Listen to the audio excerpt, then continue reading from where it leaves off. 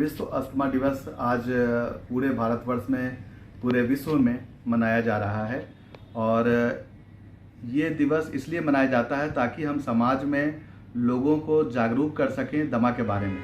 जिनके घर में मरीज हैं, जिनके घर में मरीज नहीं भी हैं, तो वो भी जाने कि दमा के रोगी क्या होते हैं, किस तरह के लक्षण होते हैं, किस तरह से उनसे सामना कर सकते हैं इस रोग से, और किस तरह से बचकर हम रह सकते हैं ताकि ये रोग हमारे आस पास में हो ही ना। देखिए, बच्चों में खास करके दमा तो ऐसे कम उम्र का ही रोग होता है। ये ज़्यादातर यंग में ही स्टार्ट होती है और आजकल और यही आगे की तरफ बढ़ती भी जाती है। कुछ बच्चों में 12-13 साल की उम्र होते होते यह खत्म भी हो जाती है और कुछ में यह रह जाती है। ऑलमोस्ट 50% लोगों में कह सकते हैं कि ये खत्म भी हो जाती है। तो एक तरह से ये बढ़ने का कारण हम आम भाषा में कहें तो पॉल्यूशन है। लेकिन जहाँ तक हम लोगों का मानना है कि ज़्यादातर इनडोर पॉल्यूशन, क्योंकि हम लोग आजकल ज़्यादातर समय घर में बिताते हैं। एक बच्चा भी अपना ज़्यादातर इंडोर गेम्स पे ज़्यादा ध्यान दे रहा है।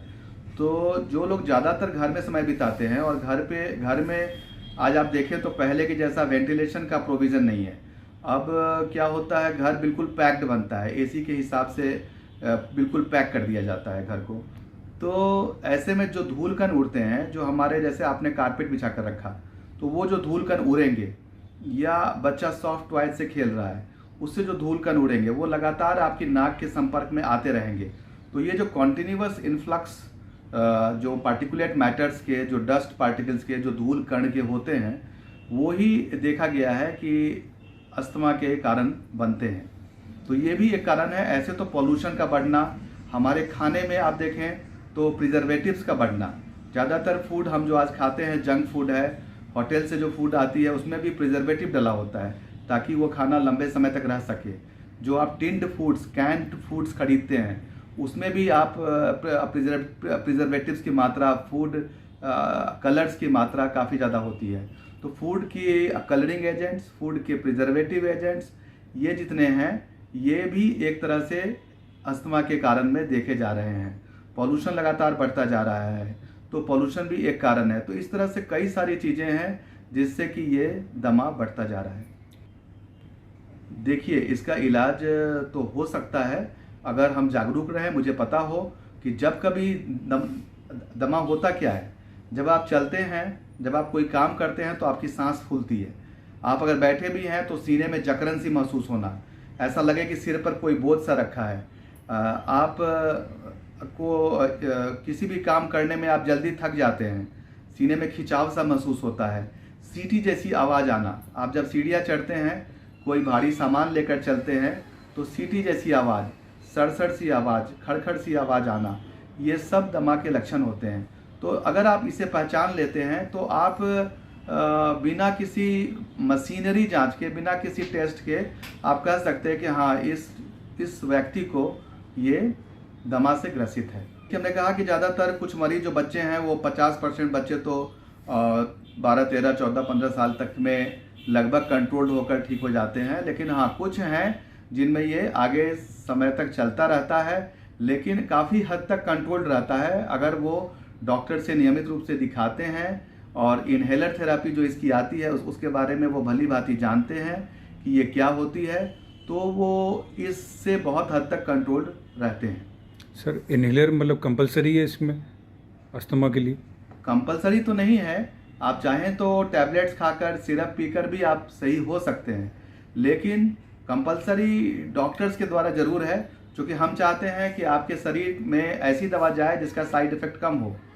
हमारा देखिए तो हमारी सांस की नली खुली हुई है, हवा के वातावरण में है। तो अगर एक ऐसा इलाज आया जो एक टैबलेट का समझिए 1000वां भाग पाउडर के फॉर्म में बनाया हुआ है, बिल्कुल पाउडर है इन्हेलर, वो पाउडर हम मुंह से खींचते हैं और वो हमारे सांस की नली होता हुआ फेफड़े के सब नली में फैल जाता है और वहीं पर काम करता है, वहीं पर ख़त्म हो जाता है। एक टैबलेट का ऐसा 10, 15, 20 डोज तक बन जाती है। तो आप सोचिए वो जो टैबलेट आप रोज़ खाएंगे, कितनी हाई डोज दवा की जाएगी और उसके कितने साइड इफ़ेक्ट होंगे। इसलिए एक ऐसा इलाज आया जो कि लोकल ट्रीटमेंट है, जहाँ पर ज़रूरत है वहीं पर वो दवा जाती है, वहीं पर काम करती है। तो एक तो जल्दी फ़ायदा, दूसरा साइड इफ़ेक्ट बहुत कम। तो इसलिए आजकल इन्हेलर थेरेपी का प्रचलन बढ़ गया है और लोगों को इसे समझना चाहिए और हमेशा इन्हेलर थेरेपी के बारे में ही सोचना चाहिए। सर अक्सर देखा जाता है जो मरीज है वो इन्हेलर की प्रयोग नहीं करते हैं, कहते हैं कि एक बार हमने प्रयोग करना शुरू किया तो हमें आदत पड़ जाएगी और हम फिर कभी ठीक नहीं होंगे। ये बिल्कुल है और मुझे ऐसा क्यों है ये सोचने पर मुझे जैसा समझ में आता है कि हमारी कुछ बॉलीवुड की फिल्मों में ऐसा दिखाया गया कि एक विलेन है और एक जो हीरो है या जो भी हीरोइन है वो दमा की मरीज है और वो इन्हेलर थेरेपी लेती है और जब कभी उन दोनों में फाइट होती है तो वो जो विलेन है वो उस इन्हेलर को खींचकर अपने पास रख लेता है और वो सांस लेती लेती खत्म हो जाती है। ये जो एक फियर फैक्टर एक डराया गया पहले की फिल्मों में, अब तो ऐसा नहीं होता, तो ये बहुत ही गलत था जिसके कारण से कई लोगों के दिमाग पे ये प्रभाव पड़ा कि ये एक गलत इलाज है, गलत तरीके का, जिससे कि हम इसी पर निर्भर रहेंगे, हमारी सांस इसी इन्हेलर पर ही चलेगी, जबकि ऐसा बिल्कुल नहीं होता। ये तो एक इलाज का तरीका है। जैसे आपकी आंखों में अगर इन्फेक्शन होता है तो आप चाहेंगे कि एंटीबायोटिक का ड्रॉप कोई डाल लें और वो ठीक हो जाए, ताकि वहीं के वहीं काम हो गया। आप चाहेंगे तो आपको टैबलेट भी अगर आप खाते हैं तो भी आपका आंखों का इन्फेक्शन ठीक हो जाएगा, लेकिन आप सोचिए कितनी हाई डोज जो बॉडी में जाएगी और बॉडी के रास्ते पूरे शरीर के अंग अंग में जाएगी, तब थोड़ी बहुत पहुंचेगी आंखों में और उससे आंखों का इन्फेक्शन कम होगा। लेकिन अगर ड्रॉप डालने से कम होता है तो क्यों नहीं।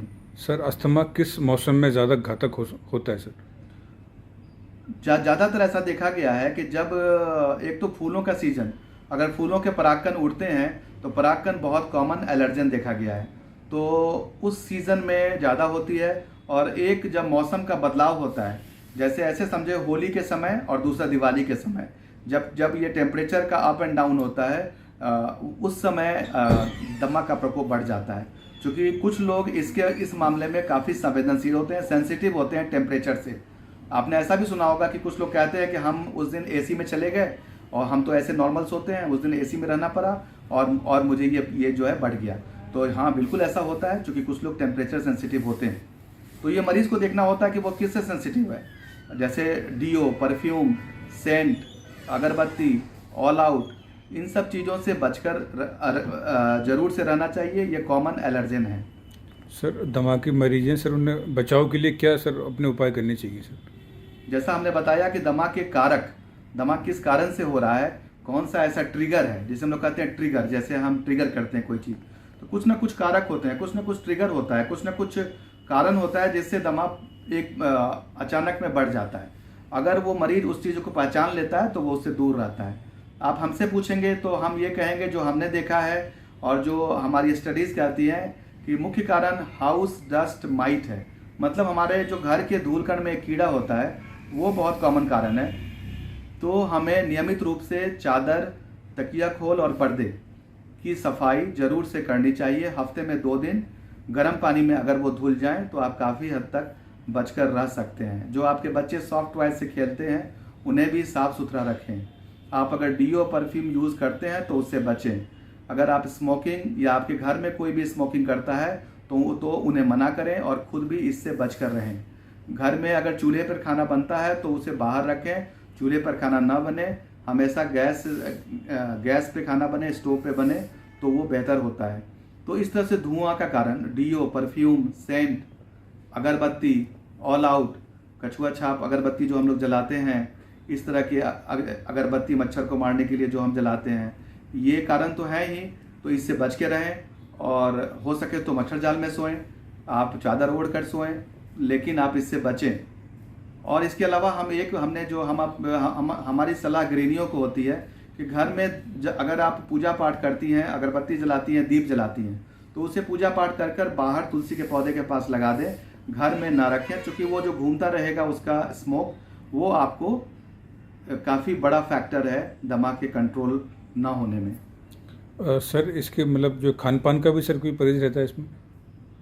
खान पान का ऐसा विशेष तो कुछ नहीं देखा गया है, लेकिन फिर भी कुछ लोग ऐसा कहते हैं कि ठंडा पानी पीने से उन्हें प्रॉब्लम होती है, तो ठंडे पानी से तो ज़रूर बचना चाहिए। अगर किसी को दही खाने से होती है तो वो दही खाने से बचे। कुछ चीज़ें बादाम को किसी लोगों से होती है एलर्जी, तो फिर बादाम खाने से बचें। ये तो आप खुद इसको डिसाइड कर सकते हैं। जो एक कारण जो स्टडीज़ में देखे गई हैं वो चाइनीज़ फूड है।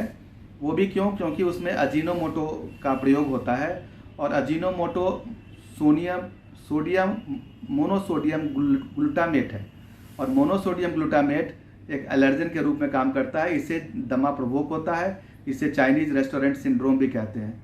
तो चाइनीज़ फूड से बचना चाहिए। हम बहुत जल्दी ही आपके लिए आपके शहर, आपके कस्बे में क्या कुछ हुआ है पिछले 5 सालों में, क्या वाकई आपके नगर पालिका के चेयरमैन, नगर पंचायत के चेयरमैन या फिर आपके नगर निगम के मेयर और पार्षदों ने कुछ तस्वीर बदली है, या फिर वही ढाक के 3 पात हैं। इन सब पर हम खबरें करने शहर शहर कस्बे कस्बे पहुंचेंगे आपके पास। तो अगर आपके पास आपकी गली मोहल्ले की कुछ तस्वीरें हैं जहां गंदगी का अंबार है, या फिर क्या वाकई कुछ विकास कार्य हुए, अगर आप भेजना चाहते हैं तो हमारा जो नीचे व्हाट्सएप नंबर डिस्प्ले पे आ रहा है, आप इस पर व्हाट्सएप कर सकते हैं।